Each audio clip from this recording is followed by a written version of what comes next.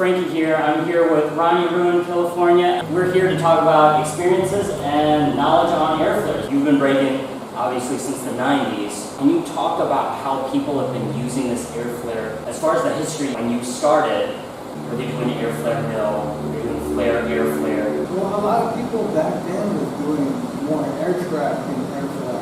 Air track was created early 90s. It was kind of led over to Airflare like 96. That's when I first experienced my first Airflare. I seen Benny and Pablo and Charles, like a lot of different power move guys doing it at that time. And for those of us that might not be completely familiar with the terminology, what's air track versus Airflare? Air track is more you're twisting like a torpedo. Airflare is more angled rotation. Okay. So you're reaching from one side to the other, which it looks way different. You know, one of the first actual people that I did see the Airflare windmill was Jazzy J for Renegades. He would do like flare to like a small Airflare as a windmill. And that was the first concept. Then I started seeing Ivan do like windmill, Airflare. We call it Starman. So it's kind of more like a lower Airflare, like the lower angle one. Not like a chair Airflare. Their legs are more to the ground. Were people doing Airflare tricks with that? One of the signatures from you is Airflare hand hop. Were people doing that type of style? No, they weren't trying to like put harder transitions into it. It was just more like they're falling to the windmill. It wasn't harder to catch us up at that time because, you know, everybody was barely learning. So the most I would see was like Pablo doing like flare Airflare 90, different things like that, besides watching like a continuous windmill Airflare. Taking all of that, these inspirations that you're seeing with this move, how did that shape how you wanted to approach this move? That's a good question. Because me, I've always tried to focus on being different.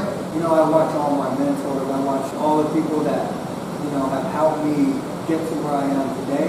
I was learning a lot of different kind of transitions already, like hand hops, scissor kick, a lot of different kind of moves that I would think if maybe I can implement them into power, you know, nobody was doing it at that time. You know, I would have to obviously like pick up my game and do something different to what everybody else is doing. That's just how I seen it at that time because I was always taught that you never go and take somebody's hard work or take the moves, make it yours and clean it. One of my first, you know, one of my original power moves, this is the Tombstone Airflare. I'm gonna show you how to build to get into the Tombstone Airflare. And I'm going to show you how I created my way of doing the Tombstone Airflare. You're still using the same concept as Airflare. You're still using the open leg, but once you're about to start and you're going to throw your kicking leg for Airflare, you're going to keep your leg in a straight position. As you whip, that's when you put your leg straight. Kind of like whipping. And then you throw your legs out. So now this is going to be kind of how I do my concept of how I created the Tombstone Airflare.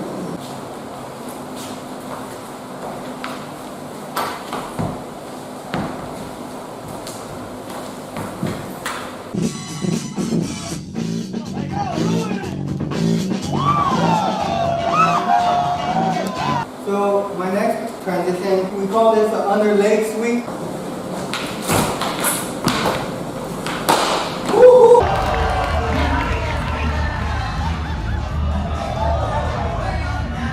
We're using it to explain how to get into a power concept, kind of how to jump into things. You can use this transition to go into your ground power or you can take it up. Exactly. I really like to do sweeps from a lot of inspirations like Storm. He kind of like made me understand how to use sweeps with power. Could you talk about staying up in your Airflare? I had levels in my power years. You know, at one level, I just would stay high on my Airflare, and which helped me create a lot of different moves like Airflare hand hop, Airflare 2000 hollow back, you know, the Airflare grabbing my leg. I started understanding from levels, like at first I used to like staying high, and then I started staying like high middle as far as like doing air chair, Airflares, flares, halos, stuff like that.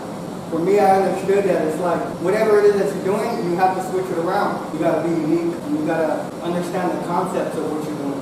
Any closing thoughts you have for us in terms of how we introduce some of these concepts? For every b-boy, every b-girl that's out there, respect the old generation and generation now. We all can learn from each other. I mean, we all share the same dance. We all love hip hop. We'll see you next time whenever you're in Detroit. We're out of here. Peace.